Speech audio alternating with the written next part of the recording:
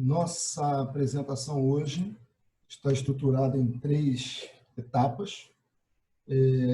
Eu vou iniciá-la trazendo alguns dados, alguns números da Fundação, falando também um pouco dos desafios da atual gestão, dos desafios atuais e alguma coisa de futuro. Na sequência, o nosso diretor de benefícios previdenciários, Eduardo Brasil, vai trazer informações para vocês, focando na forma, no modo do participante se comunicar com a Eletros, nosso canal de comunicação, de relacionamento, também falar um pouco do nosso portal do participante. E, por fim, o diretor financeiro Max Tavares trará informações sobre a execução dos investimentos, a situação financeira do plano.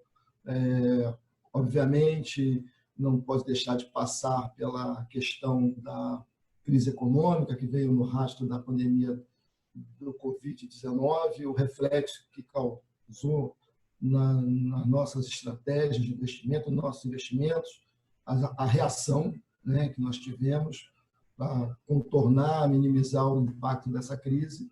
Então, o Max vai ficar com essa parte de encerramento. Então, trazendo aqui dados da Eletros, no panorama atual da Fundação, nós temos 5 patrocinadoras, EPE, ONS, Eletrobras, CEPEL e a própria Eletros, e administramos para as patrocinadoras e seus participantes vinculados 4 planos de benefícios. O nosso patrimônio hoje, ele gira, são dados aqui de maio, em torno de 5 bilhões de reais. Pagamos, no último ano, em torno de 400 milhões de benefícios para os nossos participantes assistidos, que são aqueles que estão em gozo de recebimento de aposentadoria. E no gráfico a gente tem a estratificação, o detalhamento da composição da abertura do patrimônio, e do passivo dos planos. No caso específico da EPE, é um plano jovem, ainda em fase de acumulação. Então, temos 100 milhões de reais, é o patrimônio global do plano. Em números gerais, a Eletros, no ranking de 300 fundações, previdência fechada, a Eletros ocupa, em maio de 2020, a posição 31. Então, somos uma fundação de porte médio, dentro do segmento, mas é um médio bastante expressivo. A folha de benefícios, só estratificando dos 400 milhões que nós pagamos, já existem hoje em gozo de benefício empregados ou assistidos, vinculados no plano da EPE. Então, ano passado, nós pagamos em torno de 2 milhões de reais para esses participantes. Seguindo, temos 5.151 participantes hoje, mais ou menos, proporcionalmente, 50% deles ainda em fase de empregados, participantes ativos, e 2.675% de aposentados de assistidos, participantes assistidos. Olhando para essa foto a seguir, a gente vê que no total de participantes, considerando assistidos e ativos, a EPE hoje tem 6% da massa, algo em torno de 300 participantes. Se a gente olhar apenas para a massa de empregados, participantes ainda ativos, a posição da EPE já é de 12%. Então, ela praticamente empata com o CEPEL, que é um patrocinador instituidor, fundador da Eletros, com 49 anos de presença. Então, hoje já é bem representativa a posição da EPE no nosso contexto. Para aqueles que ainda não tiveram oportunidade de conhecer, além de administrar planos de previdência, nós fazemos na Fundação a administração de um plano de saúde. É uma autogestão, é o nosso plano Eletros Saúde. Temos 3 patrocinadoras que são nossos motivos de atuação do plano. a Eletrobras, a CEPEL e a própria Eletros. Temos 7 produtos e uma gama, né, uma massa de 7.500 vidas, aí considerando titulares dos produtos, dos planos e a seus dependentes.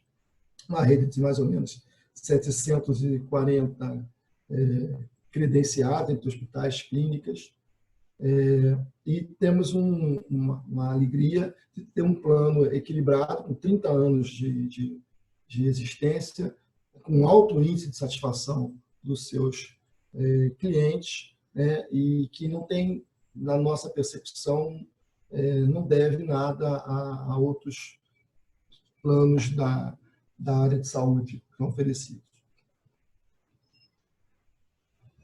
Falando um pouquinho da nossa governança, a gente tem um conselho deliberativo e um conselho fiscal. No conselho deliberativo são 6 conselheiros titulares, 6 conselheiros suplentes. A composição do conselho é paritária na representação. Empregados e participantes, né? Eles escolhem 3 conselheiros para compor o conselho e as patrocinadoras indicam 3 conselheiros para a composição do conselho. No conselho fiscal, o número de membros é menor, são 4 conselheiros, mas a paridade é mantida. Então, são 2 indicados pelas patrocinadoras e 2 eleitos pelos participantes. E a nível de diretoria, a fundação ela tem uma presidência, uma diretoria de benefícios previdenciários e uma diretoria financeira. Ainda falando de governança, para apoiar a atuação da diretoria e dos órgãos de governança dos conselhos, a gente tem um comitê executivo de investimentos, um comitê gestor de carteira, temos um comitê de gestão previdenciária, um comitê de conduta ética, comitê consultivo dos planos BD e CD Eletrobras, tem um comitê estratégico de tecnologia da informação e um comitê de equidade de gênero e raça. São comitês atuantes que apoiam o funcionamento da Eletros.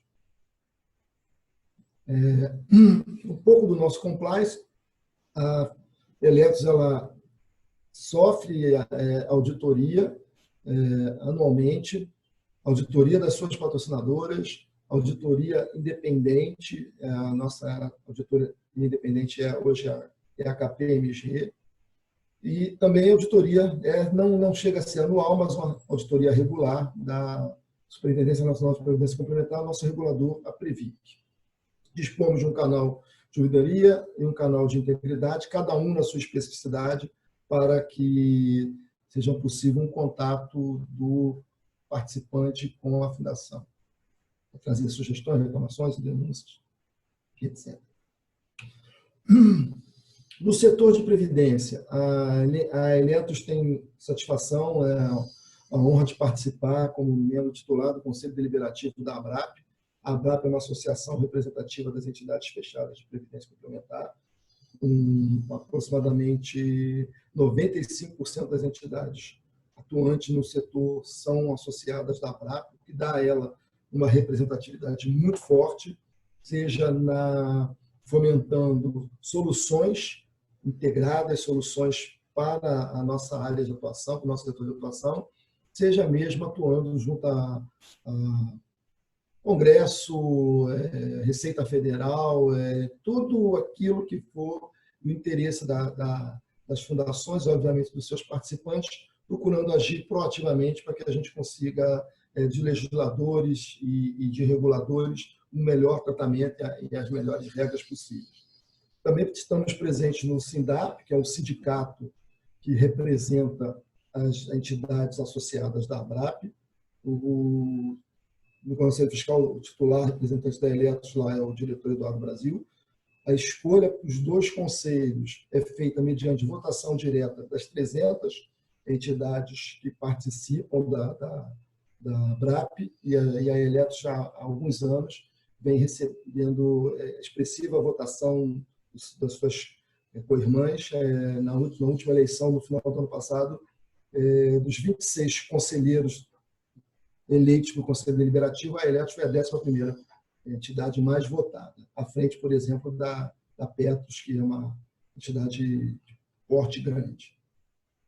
Participamos em alguns comitês da ABRAP, Comitê de Recursos Humanos, na coordenação, no Comitê de Sustentabilidade e de 5 comissões. É importante essa atuação, essa representação, porque lá são discutidos assuntos que se voltam sempre em favor das melhores práticas que a gente traz para dentro da nossa entidade. Uma troca de experiência, formulação de propostas que são do interesse para a melhoria da atuação das fundações.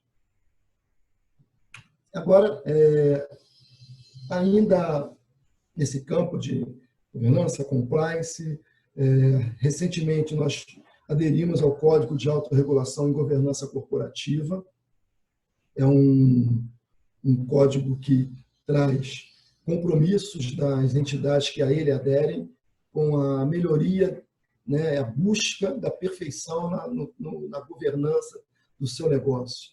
Implica em ações de melhoria constante, de comprovação de práticas seguras da gestão da entidade.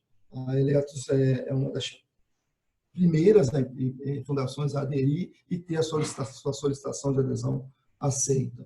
Nosso pleito levou aproximadamente 1 mês para ser avaliado pelo colegiado e a gente receber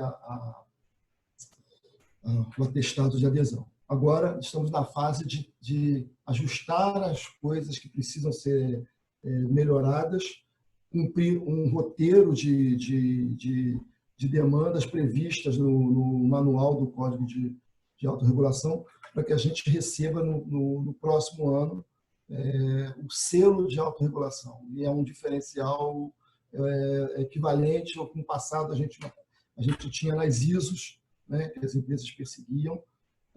Então, a gente está focado com um propósito muito grande de obter esse selo, que é muito importante, é um diferencial significativo para o futuro da entidade. Bem, passando aqui rapidamente os desafios, essa é uma gestão que iniciou o mandato no final do ano passado. Eu cheguei na Eletros em novembro, os outros diretores iniciaram os mandatos em janeiro. Então, o primeiro desafio que a gente se deparou é com a implantação de cobrança das contribuições extraordinárias para um dos nossos planos, que é o plano BD Eletrobras, que se encontra em situação de déficit. Então, a gente cobrou dos participantes e das patrocinadoras e existe um plano de equacionamento em curso. Associado a isso, também um outro desafio é iniciar um plano de migração dos planos BD e CD Eletrobras para o novo plano CD1 Eletrobras. Então, é uma porta, é uma possibilidade que se abre para, por exemplo, participantes que hoje estejam contribuindo para equacionamento de déficit no plano BD, ao migrar para um plano com características e um CD puro, deixarem de ter de arcar com essa contribuição. Já a partir se tudo der certo, a partir desse ano, o processo de migração está em apreciação no regulador, na Previc. Uma outra meta, objetivo, desafio do ano é da redução das despesas administrativas. Então, a gente se deparou com uma proposta de orçamento para 2020, já incluindo nesse orçamento algumas medidas que propiciaram reduzir as despesas da Fundação. Estamos trabalhando para que isso continue, que o orçamento de 2021 ele tenha mais redução ainda, e isso traz positivamente para o participante efeito nas taxas, né, nas contribuições que a Fundação cobra para administrar o patrimônio e incidentes sobre as contribuições. A gente reduziu esse ano a taxa de administração e eliminamos a cobrança da taxa de carregamento de 3%. Esse é um desafio tremendo, um desafio da humanidade, né? O enfrentamento à Covid-19 no nosso ambiente, no nosso chão aqui. A gente teve que tomar medidas muito rápidas para enfrentamento da pandemia e do reflexo dela. Inicialmente, suspendemos o atendimento presencial, que é uma coisa que mais à frente o Brasil vai até colocar dados que mostram a consequência disso nos canais de comunicação, de relacionamento. Tivemos que, em pouco menos de 15 dias, colocar todo o nosso efetivo de trabalhadores em trabalho de home office, né? E mantivemos todas as atividades desde então, cumprimos com todos os prazos previstos na legislação, inclusive houveram flexibilizações de alteração de datas, prorrogação de datas para fechamento de balanço, para entrega de relatórios, prestações de conta. Nós não precisamos utilizar desse recurso, a gente conseguiu tocar a nossa rotina, mesmo à distância, e muito empenho dos nossos colaboradores, dos nossos empregados. E, além disso, um total olho na questão da rentabilidade dos investimentos, porque a pandemia trouxe um desastre, né, principalmente no mês de março, né? O Max vai explorar mais isso, e a gente teve que, nosso time da financeira se voltou para mudanças de estratégias, procurar minimizar de toda forma e encontrar o reequilíbrio ainda dentro do ano.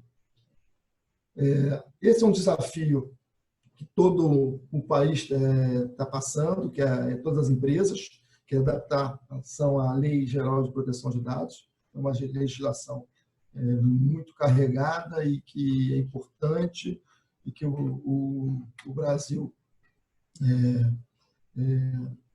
no Congresso, evoluiu para esse normativo, e a Eletro está trabalhando a partir já do mês de agosto, a gente está aderente aos ditames da lei. E, por fim, né, o elenco de desafios não é esgotável. Eu coloquei aqui apenas alguns.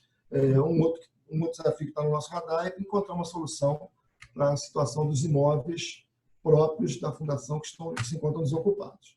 Não é uma exclusividade da Eletro, a gente sabe que o Rio de Janeiro passa por uma situação de muitos imóveis desocupados, a própria crise da Covid, a pandemia, provocou uma aceleração, e não é o caso da EPE, mas os planos de benefícios da Eletrobras, eles possuem na sua carteira de ativos imóveis. Então, isso nos preocupa, encontrar uma solução o mais rápido possível para minimizar impactos futuros na rentabilidade desses planos da Eletrobras e dos seus participantes.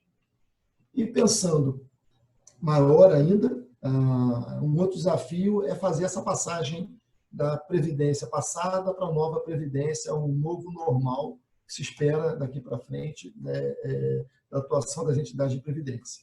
Então, aqui são alguns pontos que a gente tem discutido muito para esse momento: fortalecimento da governança, está preparado para, como eu falei, essa situação da redução das estruturas físicas, aí na situação de dono de imóvel, mas também na situação de locatário de imóvel, maior aderência à tecnologia, mudança no perfil da administração, investimento intensivo em TI. Sem isso não existe futuro nesse nosso negócio e em qualquer outro, na verdade. Foco na proteção de dados, cada vez mais importante, e tem, inclusive, a legislação que eu acabei de comentar, que fortalece, que obriga a maior rigor na proteção de dados de todos os envolvidos. Mudança na relação com o cliente. Hoje a gente chama, no nosso relacionamento, os participantes. Na verdade, os participantes são nossos clientes, eles são razão de existir da Eletro. Então, a nova Previdência, ela traz esse diferencial na busca de novos patrocinadores, novos clientes, e na oferta de novos produtos para poder atrair essas pessoas. Eu acho que eu corri um pouquinho para deixar mais tempo para o nosso diretor financeiro, que eu acho que deve ser a maior expectativa de todos.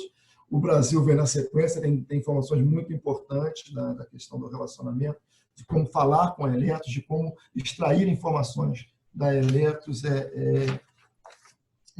Enfim, eu me despeço, agradeço mais uma vez e volto no final para responder perguntas.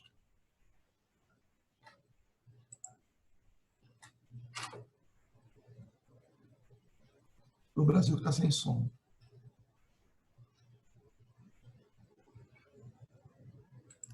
Ok, obrigado, Pedro. Eu vou colocar aqui a nossa apresentação. Nós vamos falar um pouco dos canais de comunicação e relacionamento, né? Começando a falar que hoje a Eletros ela está na maioria das plataformas para interação com seus participantes e assistidos. Nós hoje temos, além do relacionamento no nosso site, nós também estamos no Facebook, no LinkedIn, no Instagram, e temos também um contato muito importante que é feito através do e-mail e também de SMS. Para que a gente usa esses canais? Para as nossas mensagens institucionais, para relatórios de resultados, para a divulgação das nossas campanhas, para o nosso programa de educação financeira e previdenciária e também para alertar sobre essas lives, que hoje é um novo mecanismo de comunicação da Fundação.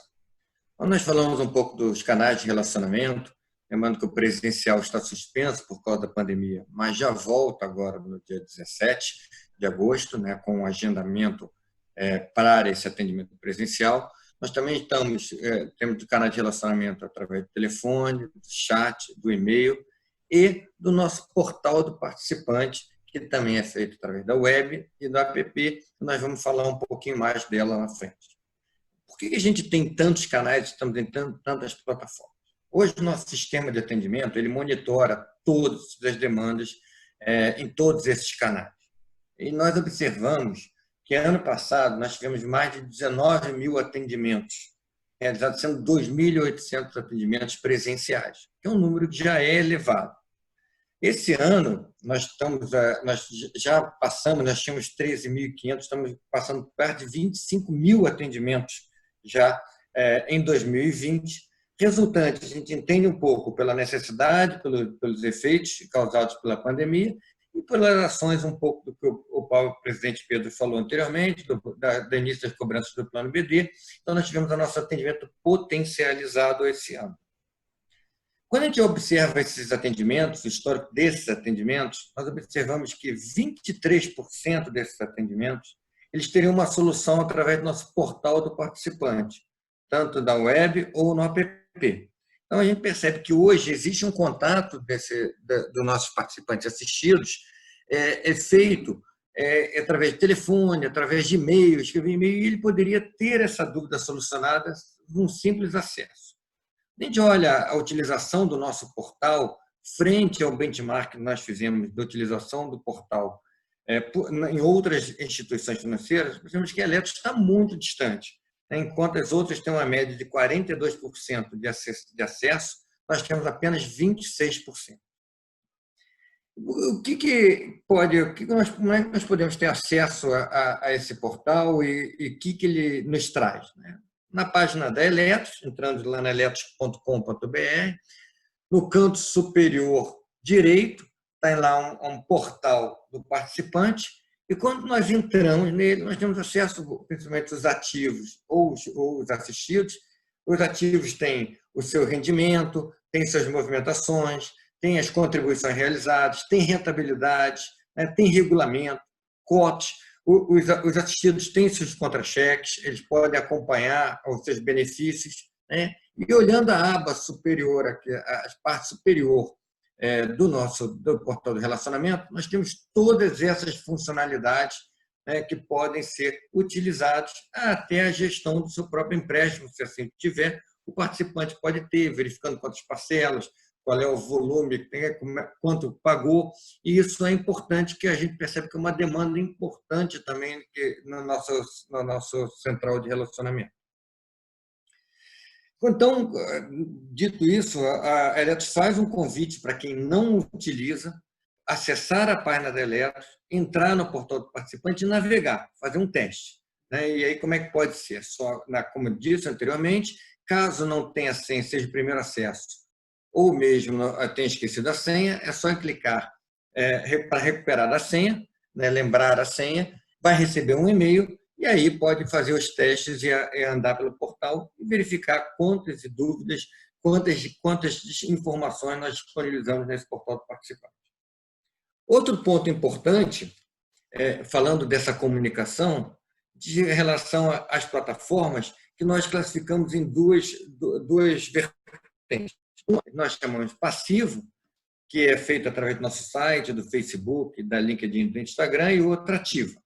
Qual é a diferença entre elas? Passiva, a Eletros faz uma comunicação e posta. Precisa de uma ação do participante para verificar, para ver essa notícia. A gente entende que nós temos muitas mensagens que são relevantes para todos os participantes, precisamos fazê-lo de forma ativa. Como é que nós fazemos? Nós encaminhamos e-mail, encaminhamos SMS, e para isso é fundamental que os dados estejam atualizados. Nós percebemos hoje um gap muito grande de telefones celulares nos nossos cadastros. A gente não consegue encaminhar, por acaso, SMS. Por quê? Porque muitas vezes o participante faz a sua adesão ao plano no início da sua vida profissional, na patrocinadora, fica muito tempo, e às vezes não cadastrou um aparelho celular, ou mesmo um telefone celular, ou mesmo adquiriu uma outra linha ao longo do tempo e ficou o cadastro desatualizado. Nós iremos agora, em 2020, fazer uma campanha de recadastramento, para que se utilize, para que esses dados sejam atualizados. É importante todos os participantes ficarem atentos e verificarem seus dados. A gente não precisa esperar a campanha de recadastramento. Como é que eu posso fazer isso hoje? No próprio portal do participante, ao qual eu comentei anteriormente, existem duas abas chamadas dados pessoais e beneficiários. Os dados pessoais, todos podem verificar todos os documentos, telefones, e-mail cadastrado, endereço, todos os dados que estão ali, que são importantíssimos para esse contato que a Fundação faz. E um outro ponto é o beneficiário. O beneficiário precisa ser verificado, no caso, uma necessidade futura, né? Um falecimento, um infortúnio de um falecimento de um participante, os beneficiários precisam estar cadastrados corretamente, porque eles são o ponto legal para um futuro transferência de benefícios. Então, nós convidamos a todos a participarem do portal do participante, verificarem as suas funcionalidades, verificarem as suas informações e aproveitarem, durante essa navegação, atualizarem seus dados pessoais e também os dados do beneficiário, se for necessário, através do e-mail encaminhado para atendimento@eletros.com.br. Seria essa a minha mensagem, fico à disposição no final para perguntas e passo a palavra, então, para o diretor financeiro, Max, para fazer a apresentação de resultados.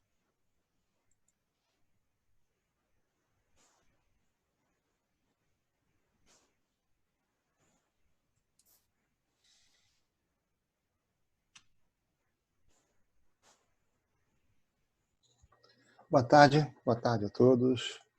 Estamos aqui de novo para falar um pouquinho sobre investimentos, né? Falar um pouquinho da nossa visão de prospectiva no cenário, falar um pouco das nossas estratégias, falar um pouco de rentabilidade e falar o que está acontecendo, né, no mercado nesses últimos 3 meses, que aconteceu bastante coisa.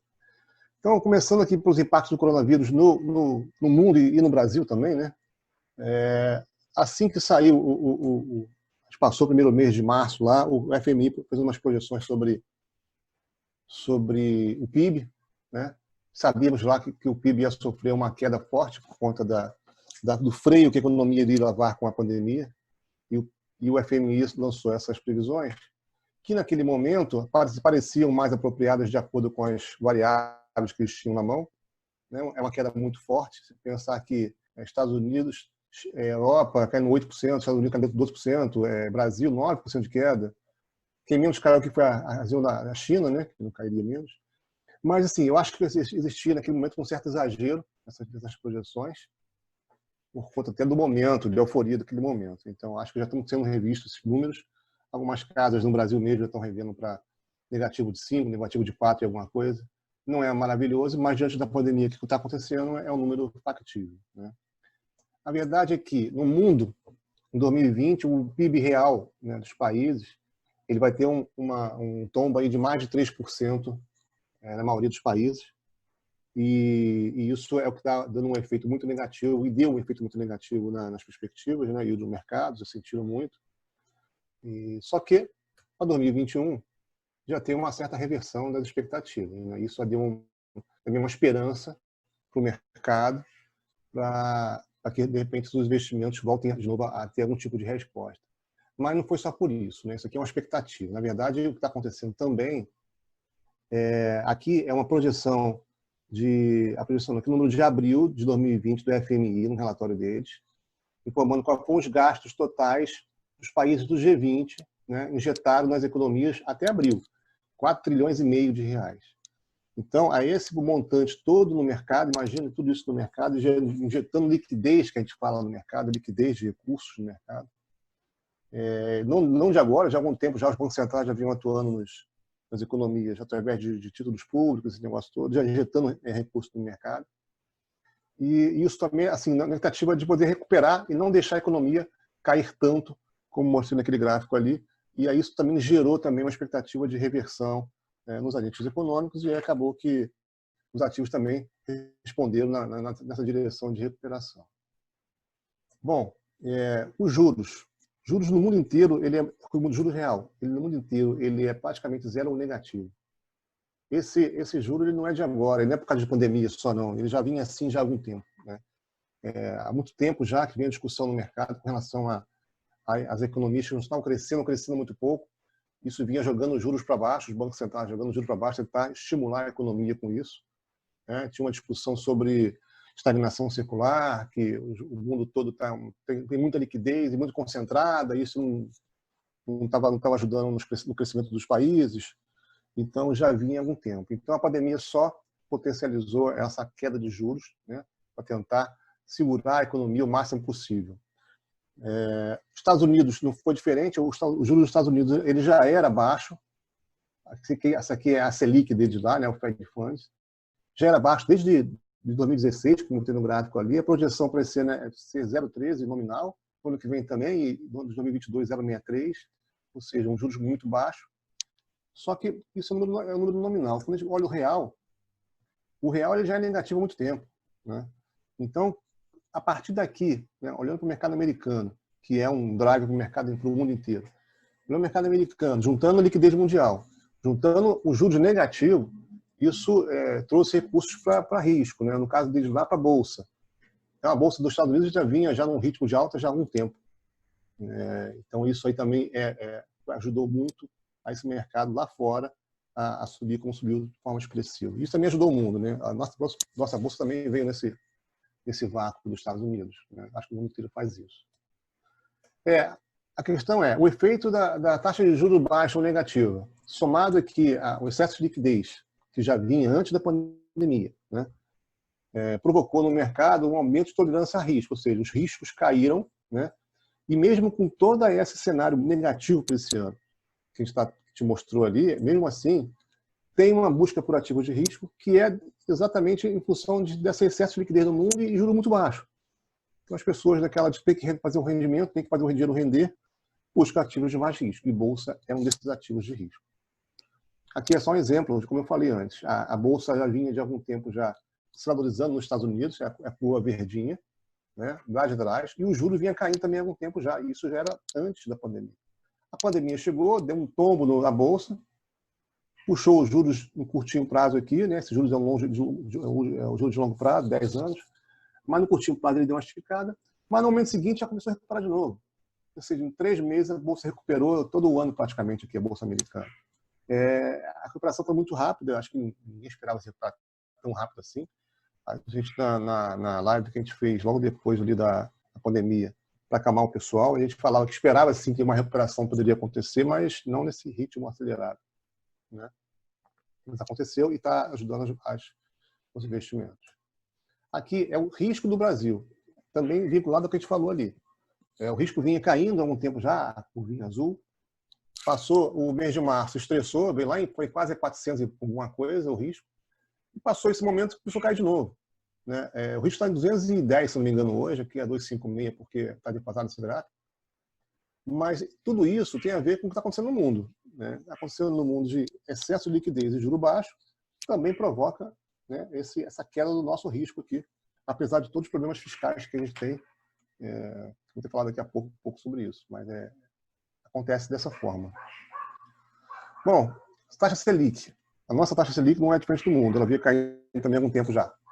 E aqui, nesse gráfico, é o gráfico da taxa Selic média, nominal. Então, para esse ano, a projeção é 2,84 médio.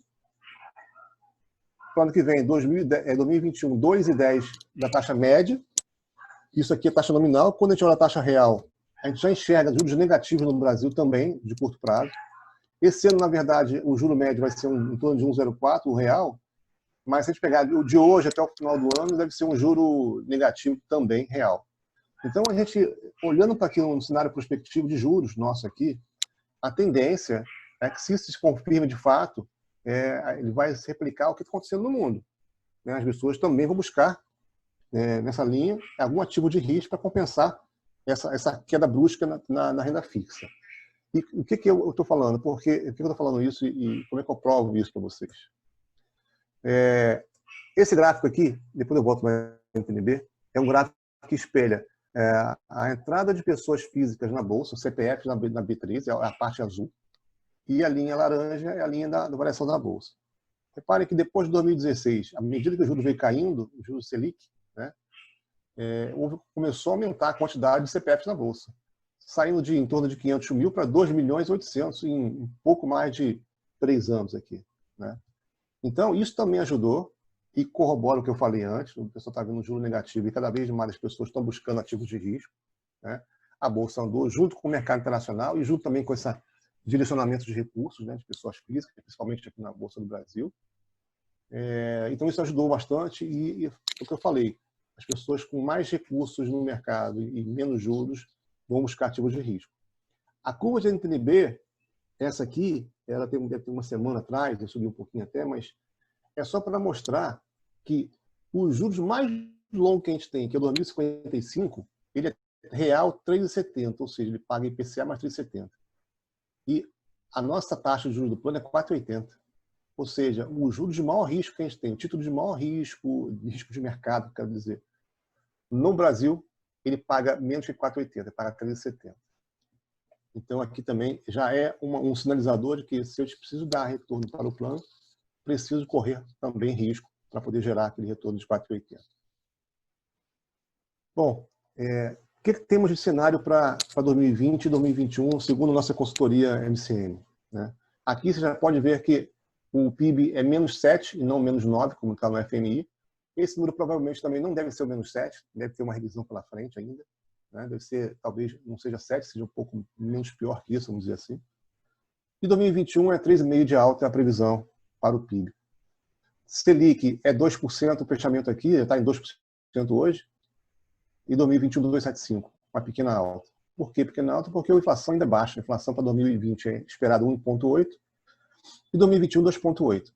Né? Por aqui você vê que, descontando o juro aqui, ó, o juro Selic médio, com essa inflação aqui, já vê que está praticamente zero ou negativo. Né? Qual que é o nosso maior problema? É a parte fiscal. Por quê que é problema? Porque a gente já tinha uma dívida PIB relativamente alta no final de 2019, em torno de 76%. Com todo esse empenho do governo em estar gerando auxílio e dando de forma direta recurso nas famílias e para os mercados mesmo, através das empresas, essa dívida deve chegar quase a 100% em 2020. Ou seja, a gente tinha um cenário fiscal antes, já era perigoso, já era problemático. A gente tem um cenário para 2020 mais problemático ainda. E isso aí é uma preocupação e um ponto de atenção nosso. Porque a gente está num ambiente de investimentos, a gente está investindo em mais risco para ter mais retorno, porque a renda fixa não paga mais aquilo que pagava, e a nossa condição a gente tem que buscar um pouco mais de risco, então. E isso aqui é um drive negativo, caso venha a ocorrer alguma coisa no futuro com isso aqui. Acho que os governos sabem disso aqui, o mercado estão atentos também a isso, é uma discussão diária também no mercado.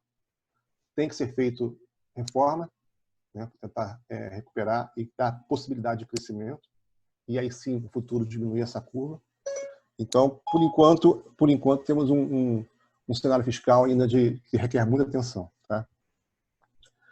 Bom, a alocação da carteira, aquela alocação, eu trouxe a alocação já mais atualizada um pouco que a do Pedro, tá, com patrimônio de junho. O patrimônio da Eletro do fechamento do ano era 5.300 bi.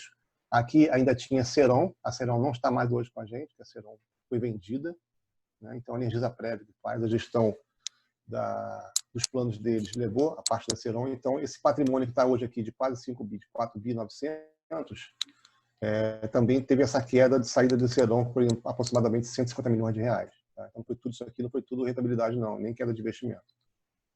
Parte de como está dividido, distribuído aqui os planos, né? A maior parte ainda é Eletrobras, sendo que uma boa parte BD e uma boa parte CD Eletrobras, e a parte saudada, e depois é o ONS. E EPE com 2% do total. Aqui é EPE com base em julho, não teve queda, porque na verdade teve queda, mas o número é o mesmo, porque também a entrada de recursos é bem maior na EPE do que nos outros planos. Entra mais recursos do que sai na EPE. Então, mesmo com a queda, o patrimônio se manteve. Do lado direito é a parte como está configurada hoje os investimentos, né? Como o Pedro falou, não tem imóveis aqui nesse plano, só tem empréstimo, renda variável e renda fixa. E o que a gente fez aqui, então, na renda fixa e na renda variável, para poder aproveitar esse momento que passamos agora, de estresse de mercado, e utilizamos isso a nosso favor, né? Para buscar retorno para os planos, sendo na renda fixa e na variável. Qual foi a estratégia adotada? Bem, na renda fixa, a gente tinha, antes da pandemia, lá em janeiro ou dezembro, 0 de posição em NTNB, não tínhamos nada dessa parte cinza, e não tínhamos por um motivo. A taxa de juros das longas, das bem longas, aquele gráfico que eu mostrei que 3,70, estava em 3,20. A gente achava que a relação de risco-retorno para aqueles títulos não estavam adequadas, a gente estava com risco muito elevado para isso, dado o retorno que ele poderia dar. Então, a gente tinha posição 0 em NTNB, já tivemos muito no passado, e à medida que a taxa foi caindo, a gente foi vendendo.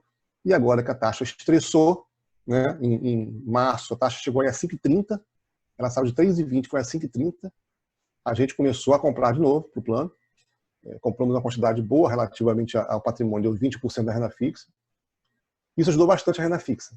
A gente tinha uma expectativa no início do ano de estar ligeiramente acima da taxa CDI, que vai ser baixa demais esse ano, como eu mostrei, a taxa média vai ser 2,80, real, nominal, e a real é muito próxima de 1, ou seja, a gente precisaria de muita investimentos de risco para chegar lá nos 4,80 do plano. E aqui, de uma certa forma, a gente conseguiu também gerar retorno sem trazer muito risco para o plano, né? Outra estratégia também da renda fixa foi aumentar a exposição em títulos de crédito.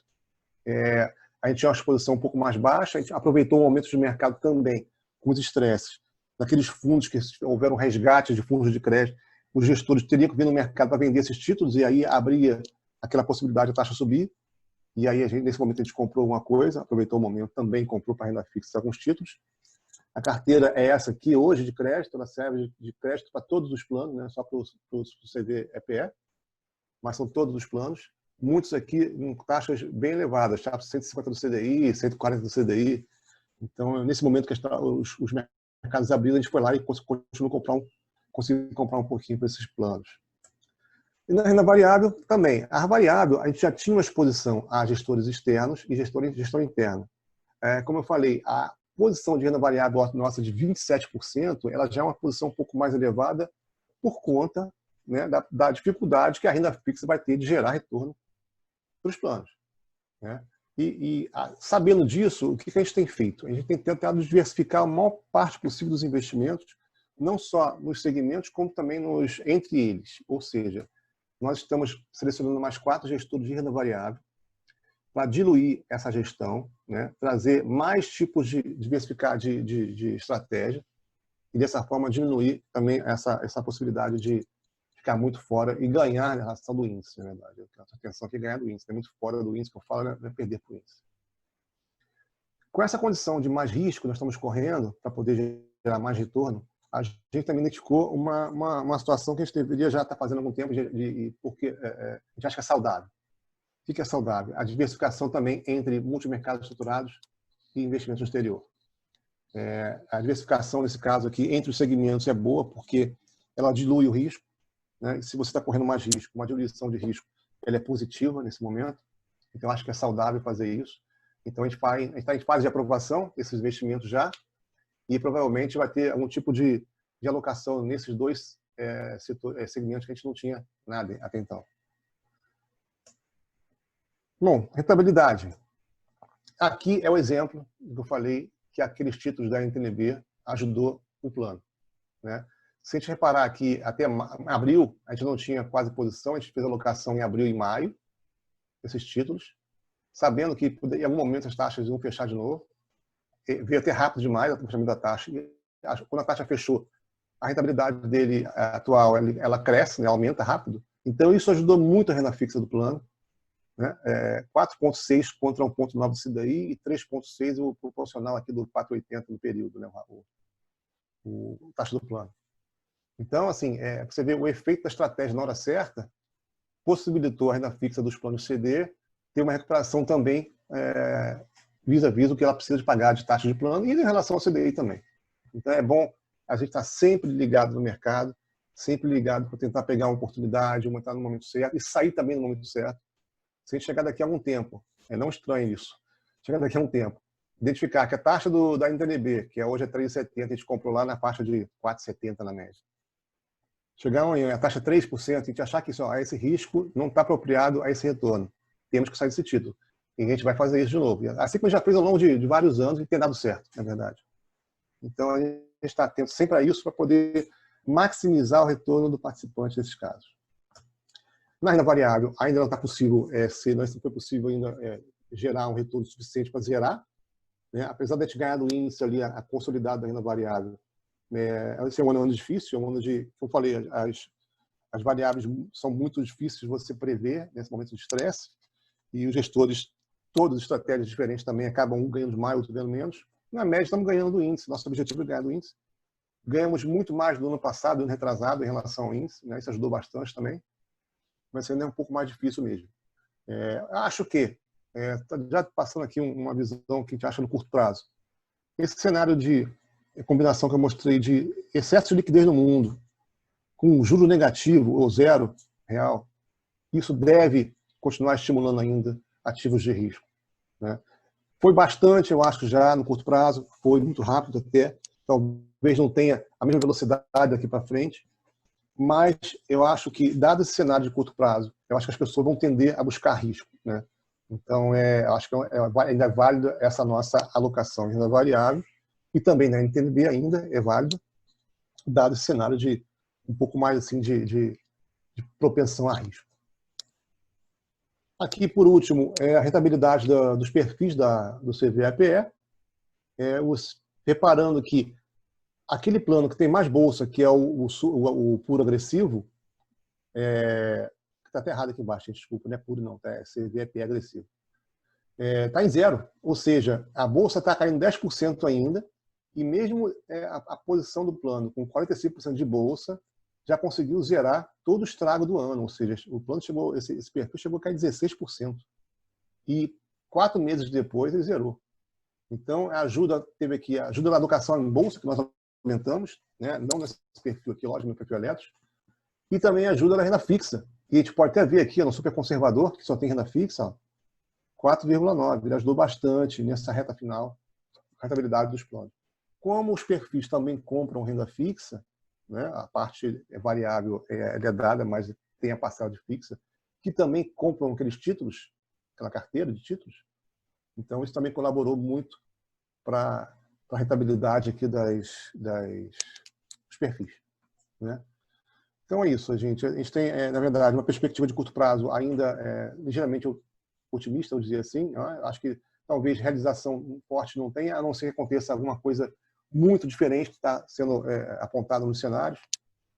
Receber uma informação que possa prejudicar o fiscal mais ainda, alguma coisa desse tipo. Isso pode atrapalhar um pouco no curto prazo, de fato.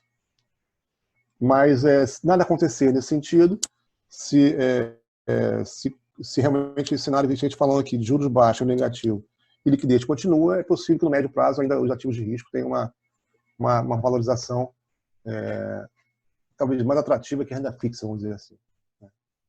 É isso, gente. Obrigado por todos aí, pelo tempo de vocês, e até a próxima. E vamos para perguntas e respostas aí, por favor.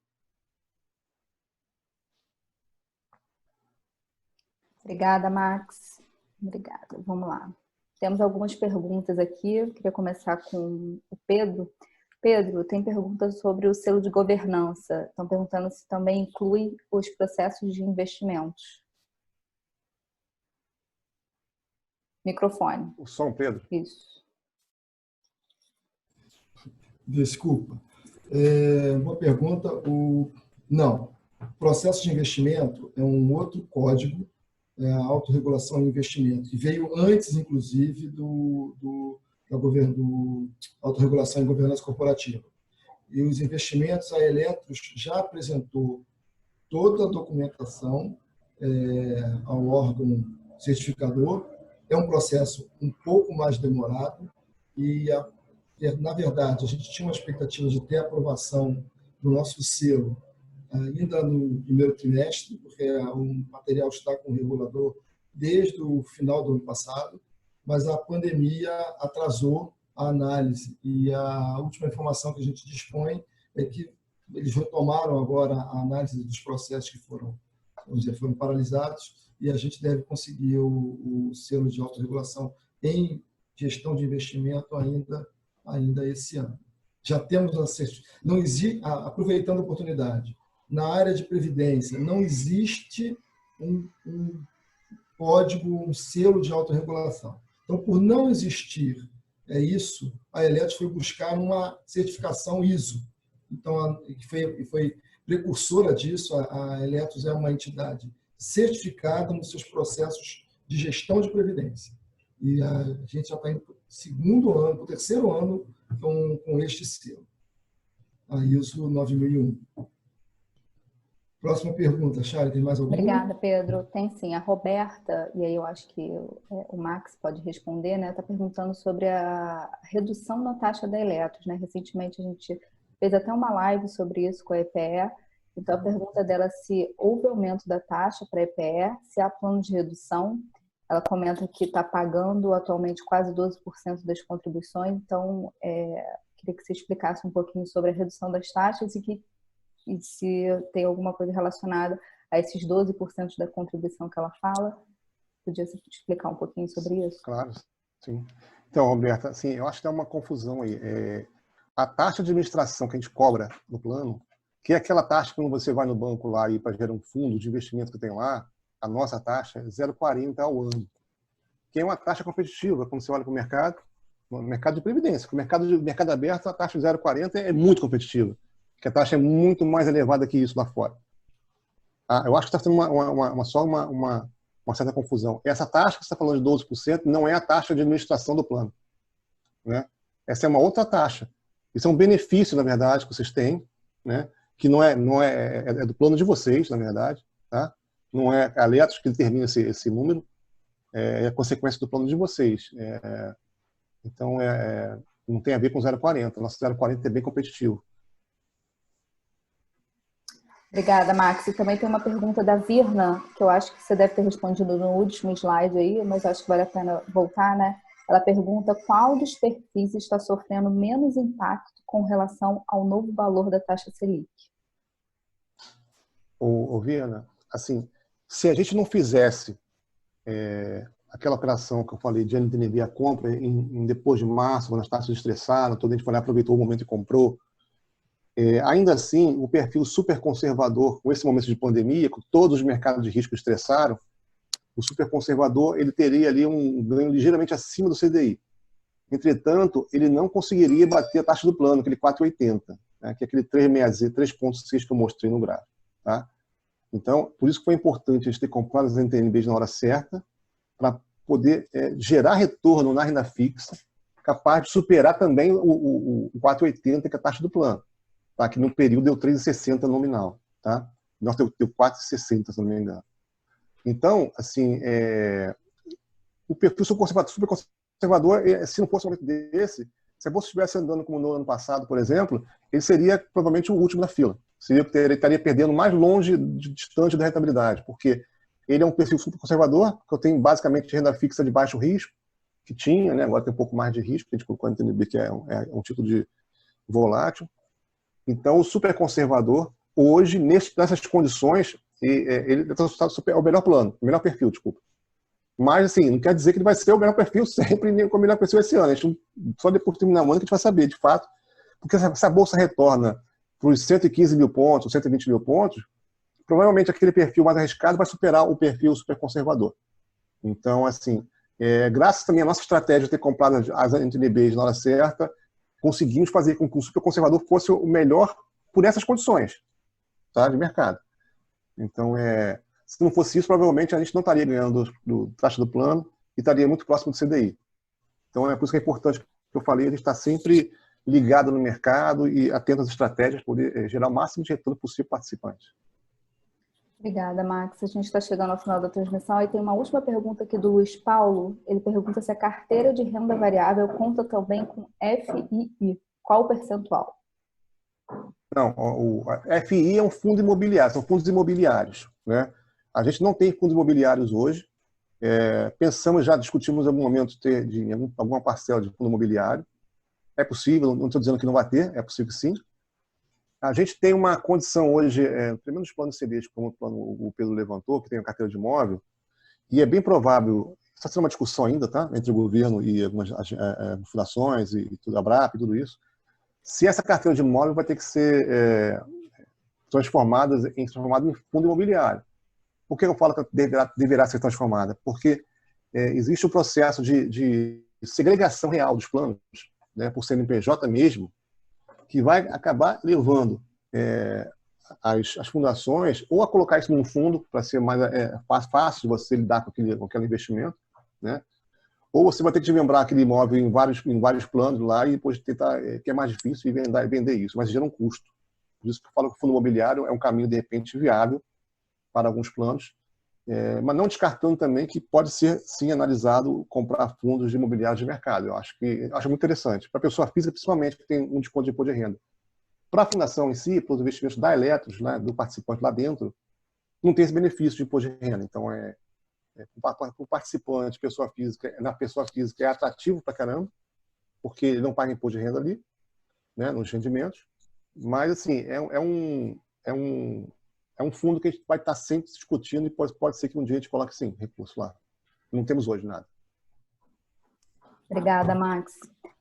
Estamos chegando ao final da transmissão. Queria saber se alguém quer fazer mais alguma consideração final.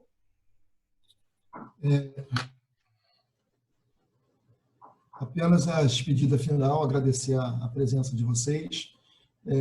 Nós vamos intensificar esse formato, né, repetir esse formato de apresentação daqui para frente. É uma nova maneira de se comunicar, sempre se apresentou resultados para os participantes, mas agora, além de mostrar os resultados, a gente vai falar um pouco das estratégias, da atuação da Fundação em outras áreas, e fica aí o convite para a nossa próxima live daqui a uns 2 meses, apresentando o resultado do terceiro trimestre.